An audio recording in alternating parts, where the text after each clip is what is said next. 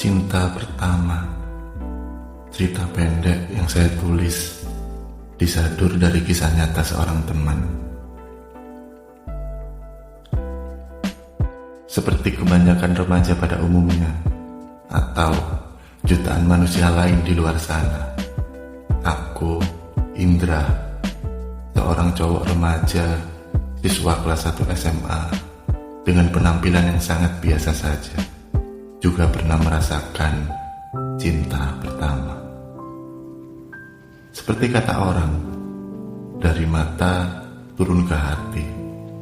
Itu yang aku rasakan saat pertama kali melihat dia, Sophie, kakak kelas, cewek kelas 3 yang aku kenal saat aku pertama kali mengikuti ekskul basket di sekolahku. Gadis berkulit putih dengan rambut sebahu yang dikuncir, model kuda.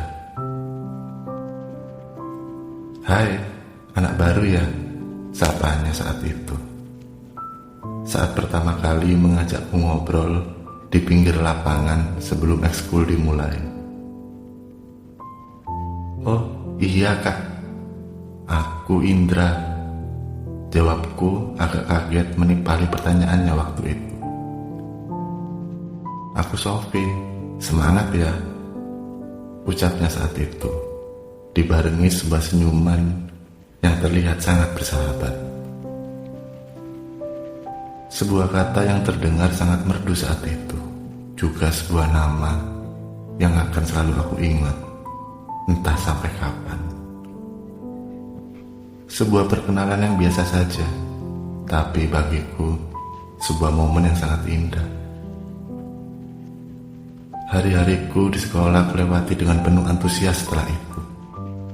Jika kata orang-orang jatuh cinta bisa menyebabkan prestasi sekolah menurun, aku tidak setuju, sangat tidak setuju. Karena setelah mengenalnya, aku selalu bersemangat untuk datang ke sekolah, selalu bersemangat untuk bisa sekedar melihat dia, menyapanya setiap hari, berpura-pura tidak sengaja bertemu di kantin, bolak-balik lewat depan kelasnya, berharap bisa bertemu dan menyapa dia. Oh Tuhan, aku tidak minta banyak, bisa melihat senyumnya saja, aku sudah sangat bahagia. Aku tahu, aku kekanak-kanakan, tapi bukankah cinta memang bisa membuat orang berubah menjadi seperti bocah?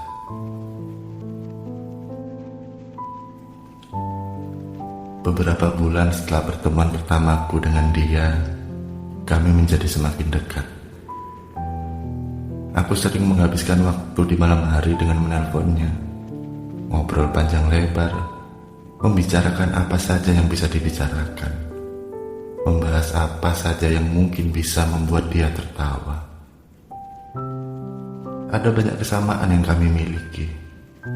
Kami sama-sama menyukai lagu Beatles, sama-sama penyuka seafood, sama-sama penggila kopi, tapi mungkin ada yang berbeda. Aku menyukainya, tapi entah dengan dia. Ada hal yang lebih berat daripada sebuah rindu, yaitu menyimpan perasaan tanpa sedikit pun berani untuk mengutarakan. Mungkin aku berani untuk bilang padanya kalau aku suka dia, tapi aku sungguh tak punya nyali untuk sekedar membayangkan jawaban apa yang akan keluar dari mulutnya. Waktu berlalu begitu cepat. Setahun mengenalnya terasa begitu sangat cepat. Tahun ajaran sekolah akan segera berakhir beberapa minggu lagi. Kutanyakan padanya tentang rencananya setelah lulus nanti. "Entahlah, mau lanjut kuliah ke Jogja seperti Indra, ikut kakak di sana," ucapnya saat itu yang kudengar begitu menyesakkan di dadaku.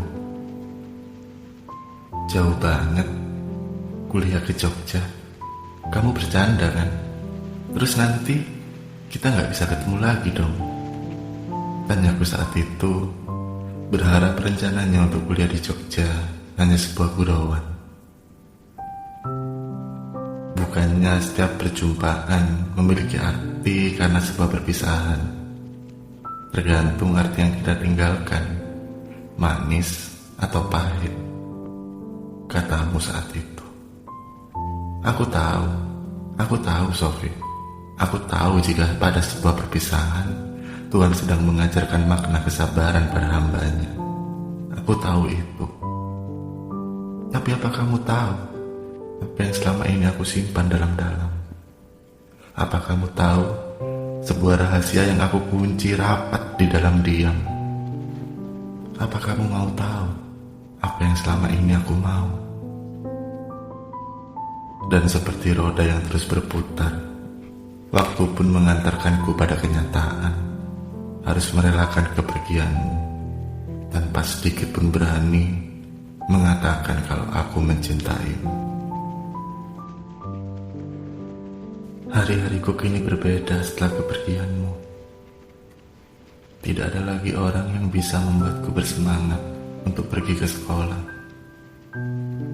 Tidak ada lagi hal-hal yang bisa kuupayakan agar membuatmu tertawa seperti biasanya. Jarak memang benar-benar memisahkan segalanya. Setelah kepergianmu, kini jarang teleponku kau angkat seperti dulu. Sudah tidak ada lagi obrolan kita di ujung telepon mengisi setiap malam. Aku mengerti, mungkin karena kesibukan barumu di sana. Perlahan, pesan-pesan yang aku kirimkan lewat chat pun sudah mulai jarang kau balas. Hingga benar-benar kini kita menjelma menjadi asing. Aku tahu aku tidak boleh menyesali kepergian dan setiap keputusanmu. Hanya saja aku menyesal tidak pernah belajar jujur pada setiap perasaan. Kesalahanku menjadikanmu satu-satunya alasan segala rindu. Seperti katamu waktu itu, setiap pertemuan memiliki arti karena sebuah perpisahan. Tergantung apa yang kita tinggalkan, manis atau pahit. Pertemuan denganmu adalah sebuah manis yang pernah sungguh aku nikmati. Sebelum perpisahan, menyuguhkan rasa pahit yang mau tidak mau harus aku telan sendiri. Tak terasa, tahun demi tahun berlalu di sekolah ini tanpamu. Aku mulai membiasakan diri melewati banyak hari tanpamu. Hingga pada akhirnya, kelulusan SMA kembali mengantarkanku pada sebuah perpisahan. Perpisahan pada semua hal dan kenangan di dalamnya, termasuk tentangmu. Setelah lulus dari sekolah, aku pergi ke Surabaya untuk bekerja pada perusahaan konstruksi yang direkomendasikan oleh pamanku. Hari-hariku kuhabiskan dengan menyibukkan diri pada rutinitas. Aku tidak lagi memikirkan segala sesuatu tentang cinta. Karena bagiku, memang tidak akan pernah ada yang semanis cinta pertama. Dan jika pun ada, aku yakin rasanya tidak akan sama. Tak terasa, 2 tahun sudah aku hidup di Surabaya, kota kedua bagiku. Kota di mana aku habiskan waktuku sekarang. Aku senang di sini, menghabiskan waktu dari pagi hingga sore di kantor, lalu menikmati secangkir kopi di sebuah kafe setelah pulang kerja. Seperti detik ini, secangkir kopi latte tersaji di mejaku di sebuah kafe pada sore hari yang mendung sepulang kerja. Aku menyandarkan punggungku pada sofa kafe tempatku duduk, masih mengenakan kemeja kerja. Pelan-pelan kuhirup aroma wangi kopi ini. Sungguh menenangkan. Aroma wangi kopi yang berpadu dengan langit sore yang mendung perpaduan sempurna untuk melepas lelah. Ku angkat cangkir kopiku sekali lagi. Ku hirup dalam-dalam wanginya sambil memejamkan mata.